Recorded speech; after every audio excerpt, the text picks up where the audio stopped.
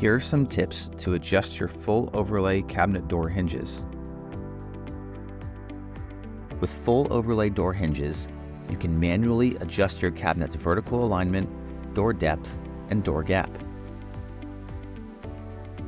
To move the door up or down on the frame, loosen the screws in the middle of each hinge.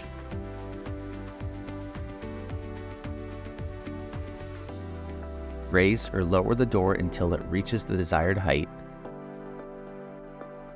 Retighten each of the screws to secure the door in place.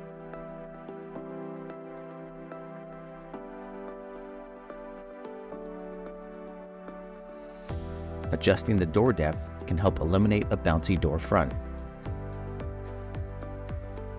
To do this, adjust the screw at the rear of the hinge, then close the door to ensure it is flush.